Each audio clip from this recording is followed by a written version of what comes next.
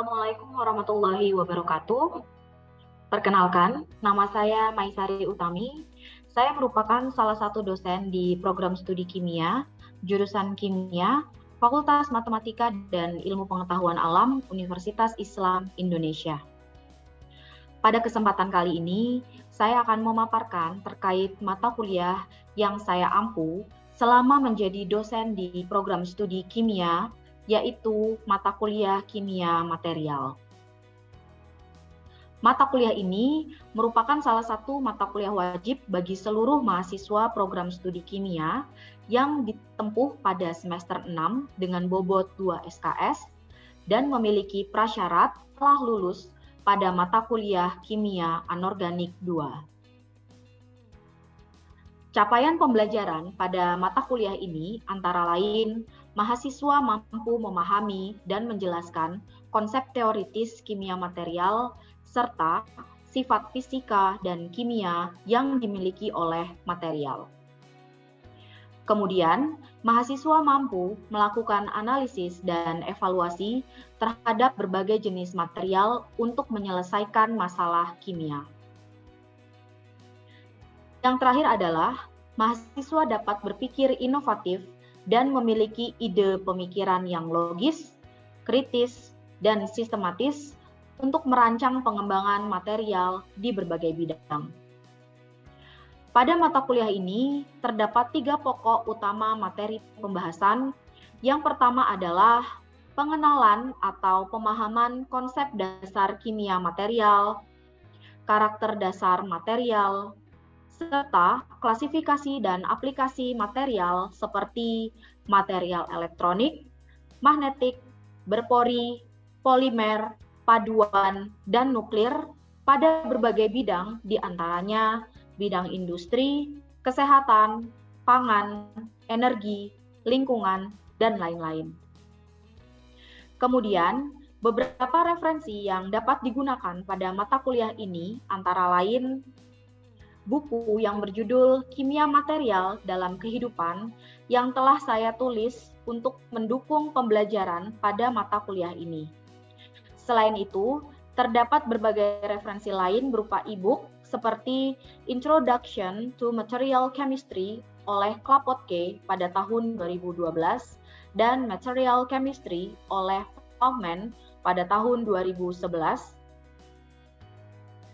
Mode perkuliahan yang digunakan pada mata kuliah ini adalah mode offline atau tatap muka di dalam kelas dan mode online secara sinkron melalui Zoom meetings. Kemudian, pada mata kuliah ini juga memanfaatkan learning management system lainnya yang telah difasilitasi oleh Universitas Islam Indonesia seperti Google Classroom, Panopto, dan lain-lain. Kemudian, untuk mendukung tercapainya student-centered learning, metode pembelajaran yang dipakai pada mata kuliah ini adalah berupa forum group discussion, flipped classroom, cooperative learning, serta penerapan project-based learning, khususnya dalam pengembangan aplikasi material di berbagai bidang. Adapun sebagai bentuk interaksi antara dosen dan mahasiswa pada mata kuliah ini dapat secara optimal terbentuk melalui diskusi untuk membahas materi atau tugas yang diberikan, sehingga terbentuk kelas kolaboratif dan partisipatif. Selain itu, mahasiswa senantiasa difasilitasi dan dimotivasi dalam mengerjakan proyek hingga mahasiswa dapat mempresentasikan hasil proyek di depan kelas untuk selanjutnya dapat dievaluasi oleh dosen. Sistem penilaian kelulusan pada mata kuliah ini adalah berdasarkan ketercapaian CPMK, di mana rincian bobot penilaian pada mata kuliah ini terdiri atas 50% dari sistem penugasan mandiri atau kelompok, kuis, ujian tengah semester, dan ujian akhir semester, serta 50% dari penugasan project-based learning. Sekian penjelasan yang terkait mata kuliah kimia material pada program studi kimia Universitas Islam Indonesia. Wassalamualaikum warahmatullahi wabarakatuh. Bismillahirrahmanirrahim. Assalamualaikum warahmatullahi wabarakatuh. Waalaikumsalam warahmatullahi wabarakatuh. Bismillahirrahmanirrahim. Wassalatu wassalamu ala asyrafil anbiya'i wal mursalin wa ala alihi wa sahbihi ajma'in amma ba'du. Baik teman-teman semua, untuk mengawali perkuliahan kita pada pagi hari ini, alangkah baiknya kita bersama-sama membuka perkuliahan kita dengan melafazkan bacaan basmalah. Bismillahirrahmanirrahim. Oke, baik teman-teman semua, di sini bagaimana kabarnya? Alhamdulillah baik, Bu. Sakit, Bu. Oh, ada yang sakit juga. Oke, baik. Ya, semoga yang sakit diangkat sakitnya ya, sehingga bisa sehat kembali. Nah, teman-teman semua, karena kita adalah pertemuan terakhir ya, menjelang UTS, semoga teman-teman ini semua dimudahkan ya dalam mempelajari materi kuliah yang telah diajarkan. Nah, untuk materi perkuliahan itu sendiri ya sudah saya upload di Google Classroom, teman-teman bisa cek ya dan dipelajari kembali. Oke, pada pagi hari ini kita akan membahas seputar material berpori. Nah, sebelum kita membahas seputar material berpori, mungkin kita review dikit ya mengenai materi yang sebelumnya saya sampaikan ke teman-teman semua. Ada material elektronik, betul ya? Material magnetik, lalu material paduan. Betul? Oke, nah mungkin teman-teman sedikit bisa ada yang mau menjelaskan gitu seputar material elektronik. Apa sih material elektronik itu? Monggo, silakan. Ada yang mau menjelaskan? Siapa? Di sini, silakan. Mas Josi mungkin? Bu. Ya, silakan Mas Josi. Apa itu Mas material elektronik? Material elektronik itu material yang dapat mengantarkan listrik secara baik, Bu. Oke, jadi dia adalah material yang dapat menghantarkan listrik ya. Tapi kalau material elektronik itu sebenarnya ada beberapa jenis ya. Ada yang dia konduktor, ada yang dia juga semikonduktor dan isolator gitu. Nah mungkin yang untuk material yang dapat menghantarkan listrik dengan baik itu adalah disebut sebagai material konduktor. Nah kemudian lanjut ke material magnetik. Siapa yang mau menjelaskan? Silakan.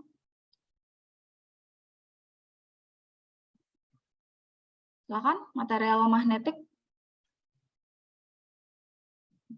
Mbak Azizah mungkin di sini. Silakan.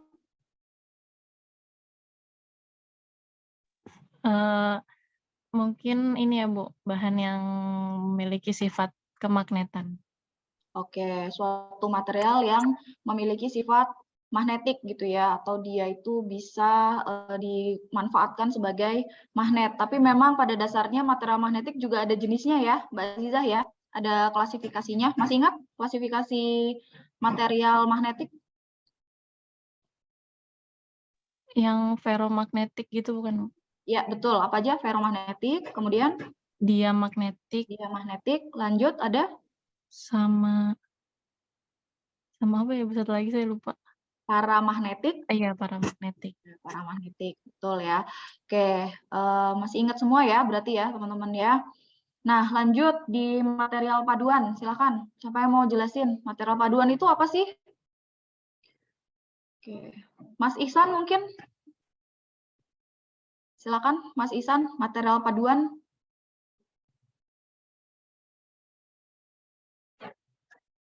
Kalau menurut saya tuh material paduan tuh bahan-bahan yang memiliki sifat logam atau terdiri dari dua unsur komponen, Bu.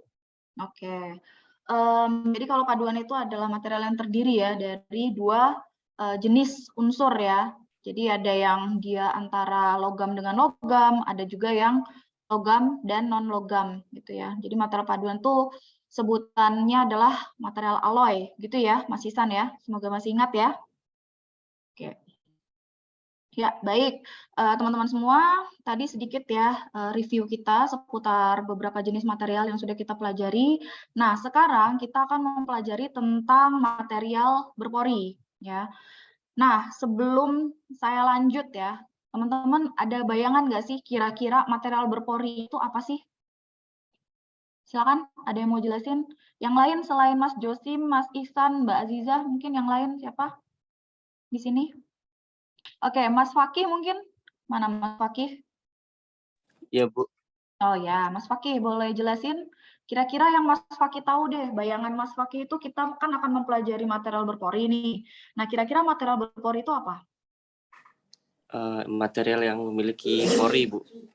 Material yang memiliki pori. Oke, nah pori itu apa sih kira-kira? Disebut sebagai pori itu Kayak ada rongga gitu, Bu. rongga. Atau lubang. Ya, betul, lubang atau rongga. Oke, betul ya. Jadi material berpori itu adalah material yang memiliki pori atau dia ada rongganya gitu ya di dalam material itu. Nah, nanti kita akan bahas ya seputar material berpori lebih lanjut.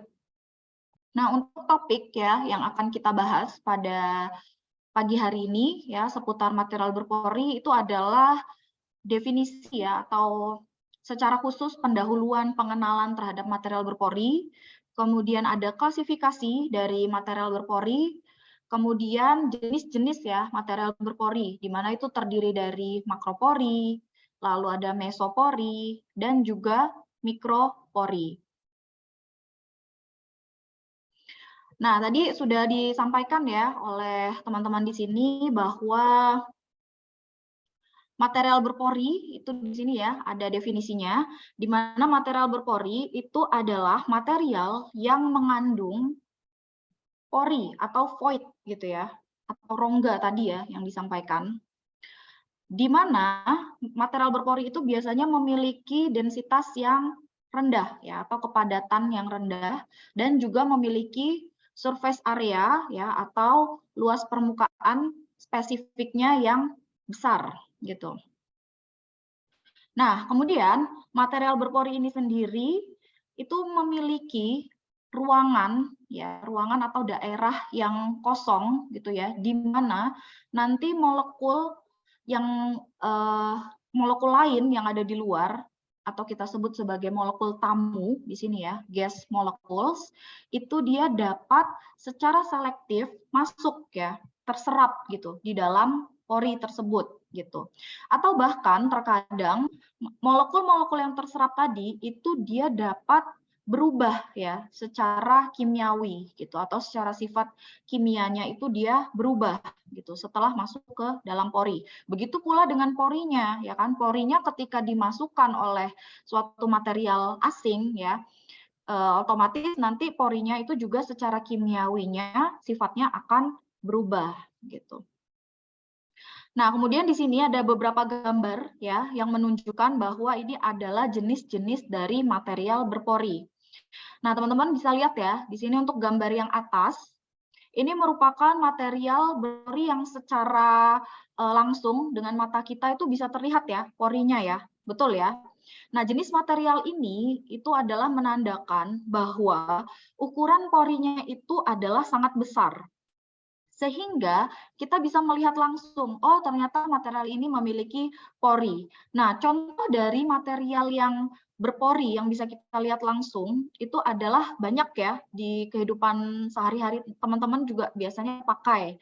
Misalnya spons, ya kan? Kemudian ada busa. Nah, kemudian ada kalau dari jenis-jenis batuan ya dia adalah batuan karang atau batuan dari hasil vulkanik ya atau jenis batuan vulkanik begitu.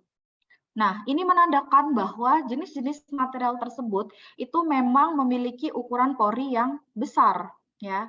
Tapi ya terkadang ada juga material berpori yang tidak bisa terlihat gitu oleh mata kita. Nah, itu artinya material-material tersebut itu memiliki ukuran pori yang kecil gitu ya atau sangat kecil sehingga kita tidak bisa melihat gitu. Nah, oleh karena itu kita membutuhkan suatu alat instrumentasi ya untuk dapat melihat ya pori-pori dari material tersebut. gitu. Nah, beberapa alat yang bisa kita manfaatkan itu adalah diantaranya SEM atau Scanning Electron Microscope, TEM, Transmission Electron Microscope, ya, di mana nanti gambar TEM atau SEM ini biasanya berupa gambaran seperti ini. Ya, teman-teman bisa lihat di sini gambar material berpori yang dianalisis dengan menggunakan SEM atau TEM. Nah, dari hasil SEM atau TEM, di sini baru terlihat ya, oh ternyata pori-pori materialnya tersebut strukturnya seperti ini, bentuknya seperti ini, kemudian juga keseragaman ukuran porinya bisa kita definisikan apakah dia keseragamannya baik atau tidak, ukuran porinya itu kira-kira kecil atau besar, ya kan? Kemudian strukturnya seperti apa? Karena pori-pori itu sendiri strukturnya banyak ya jenisnya. Nah, nanti akan kita bahas ya selanjutnya. Nah, begitu ya teman-teman ya. Jadi dengan alat instrumentasi ini sangat detail gitu, membahas seputar pori ketika kalian menggunakan material berpori gitu untuk saat penelitian nanti, misal kalian memanfaatkan material berpori untuk aplikasinya sebagai adsorben, katalis atau fotokatalis, di mana memang pada saat ini saya pun mengembangkan ya material berpori ya untuk aplikasinya di berbagai bidang. Bisa nanti diaplikasikan di bidang lingkungan, energi, dan lain-lain. Nah, jadi teman-teman dengan alat ini ya, kita kembali lagi ya untuk ketahui ya, di mana dengan alat ini kita juga bisa menganalisis ya suatu material tersebut berpori atau tidak berpori. Kemudian lanjut ya. Nah, di sini teman-teman bisa lihat ya, ada ilustrasi di mana ini menggambarkan mekanisme dari fungsi suatu pori. Nah, teman-teman bisa lihat ya di sini. Jadi ada CNT. Ada yang tahu CNT itu apa? CNT itu apa? Jelas itu pasti material berpori. Tapi apa itu CNT? Mungkin ada yang pernah dengar ya, itu adalah carbon nanotube. Pernah dengar mungkin teman-teman? Nah, kenapa disebut carbon nanotube? Nah, berarti dia adalah jenis karbon yang memiliki ukuran porinya itu kecil, yaitu dalam satuan nano, dan ukuran porinya, strukturnya, atau bentuk porinya adalah berupa tube atau tabung gitu ya. Nah, seperti itu. Jadi ketika CNT ini ya diembankan dengan logam PT ya, diembankan dengan logam PT. Nah, maka akan terjadi reaksi di mana ada disosiasi molekul hidrogen ya atau H2 di sini sebagai gas. Gas yang ditambahkan itu akan terdisosiasi di permukaan logam PT. Nah, kemudian terserap di pori dari karbon nanotube. Nah, kenapa? Kira-kira fungsinya apa sih, teman-teman? Ada yang tahu nggak? Fungsi dari penyerapan hidrogen tadi ke karbon nanotube. Mungkin ada yang bisa jelasin di sini? Kira-kira supaya apa sih gitu? Fungsi tadi ya, kita menggunakan material berpori tadi dalam reaksi ini. Ada yang tahu mungkin? Silakan. Mbak Nurul mungkin bisa menjelaskan?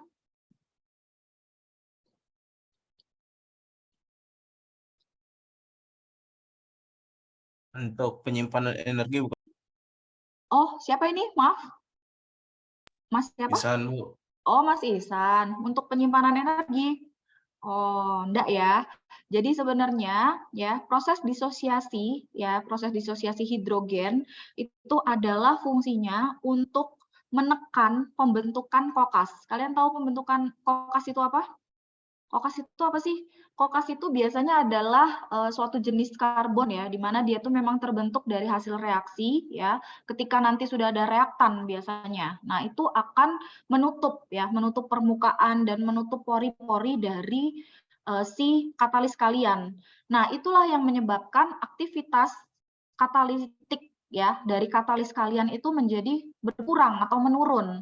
Nah, sehingga dengan tambahan gas hidrogen ini diharapkan gitu ya, akan tadi ya penekanan pembentukan kokasnya itu menjadi maksimal, sehingga nanti katalis kalian gitu ya, katalis kalian itu aktivitasnya tetap menjadi baik gitu ya, tanpa tertutupi oleh tadi kokas ya, atau coke gitu ya, atau tar. Nah, yang bisa terbentuk ketika direaksikan dengan suatu reaktan gitu.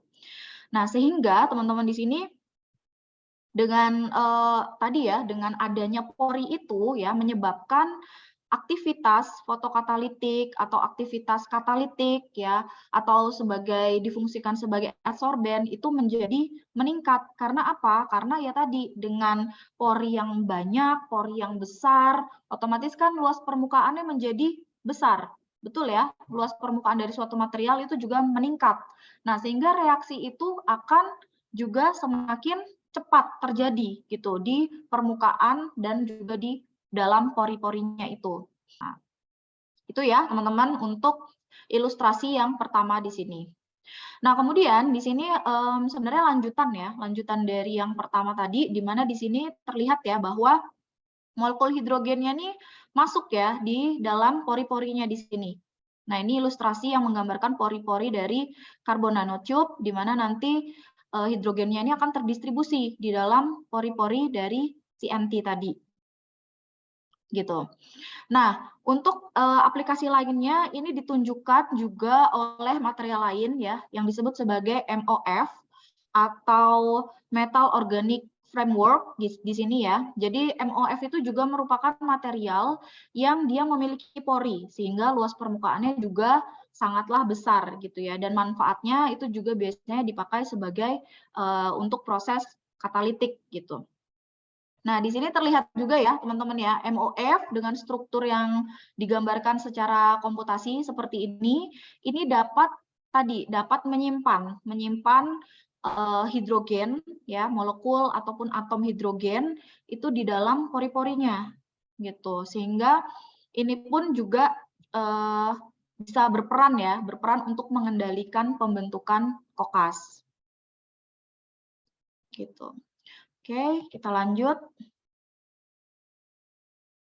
Nah, berikutnya di sini adalah gambar dari TEM ya, teman-teman ya, hasil TEM untuk material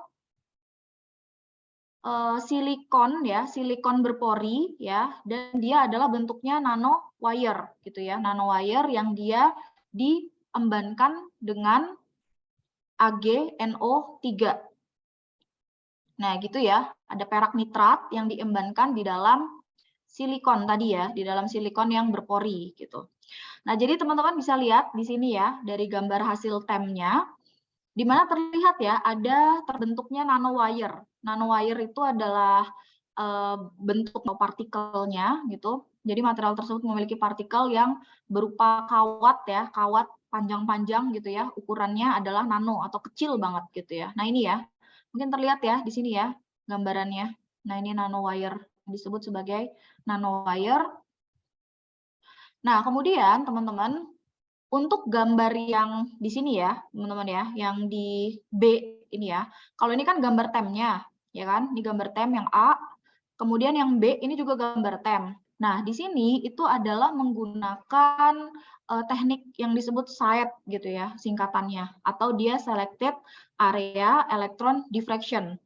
Nah, fungsi dari teknik ini itu adalah untuk melihat atau mengevaluasi kristalinitas dari suatu sampel gitu. Nah, jadi dengan metode tersebut kita juga bisa menentukan struktur dan orientasi dari kristal.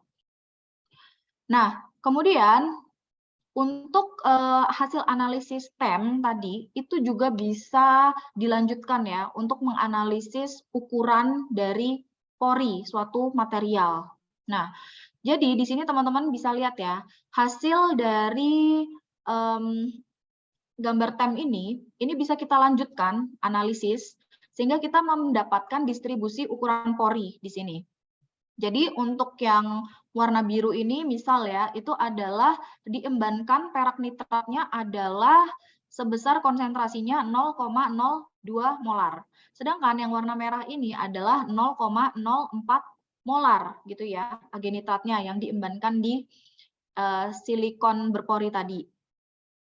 Nah, dari gambar tersebut ya terlihat bahwa ukuran pori untuk yang konsentrasi AgNO3-nya ini lebih rendah itu adalah di ukuran pori yang lebih apa, teman-teman? Distribusinya dia bergeser ke arah kiri, berarti bergeser ke arah yang lebih ukuran porinya lebih apa? Kecil, Bu. Lebih Kecil, Bu. kecil. Iya, betul. Berarti ketika diembankan dengan konsentrasi yang berbeda, itu menyebabkan distribusi ukuran porinya berbeda. Jadi, dengan hasil TEM, itu kita bisa tahu ya ukuran porinya, kemudian kita bisa tahu juga keseragaman ya atau distribusi ukuran porinya itu seperti apa. Nah, ketika konsentrasinya kecil, tadi konsentrasi peraknya kecil yang diembankan, ternyata dia distribusi ukuran porinya juga lebih kecil dibandingkan yang konsentrasi agenitratnya lebih besar. Gitu ya, teman-teman. Jadi intinya ya dari hasil ini itu kalian kalau misalnya berhubungan langsung ya, nanti penelitian kalian selanjutnya, karena kan kalian udah semester 6 ya, bentar lagi penelitian. Nah, ketika kalian ingin fokus untuk menganalisis atau untuk mengkaji tentang material berpori, karakterisasi dengan TEM ini adalah semacam keperluan penting gitu ya untuk kalian karena banyak sekali informasi yang kalian dapatkan dari hasil TEM itu sendiri. Nah, untuk berikut ini teman-teman bisa lihat ya. Ini adalah ilustrasi dari berbagai tipe pori. Nah, ini dikategorikan menjadi dua ya. Yang pertama itu adalah secara aksesabilitas, yang kedua adalah secara bentuk gitu ya, accessibility and shape. Nah, di mana di sini yang A ya, itu disebut sebagai closed pores. Atau itu adalah pori yang tertutup gitu. Pori yang tertutup itu artinya dia tuh ada pori ya, tapi ketika di permukaan itu tidak ada lubangnya gitu loh. Tapi di tengah-tengah materialnya tuh ada porinya seperti itu. Itu adalah disebut sebagai closed pores. Nah, kemudian yang B, C, D, E, dan F itu disebut sebagai open pores. B, C, D, E, dan F gitu ya. Itu sebagai open pores. Artinya apa? Artinya pori tersebut itu memiliki lubang di permukaannya. Jadi ketika dia ada lubang ya di permukaannya, otomatis kan material yang dari luar itu bisa masuk gitu ya ke dalam dengan mudah gitu.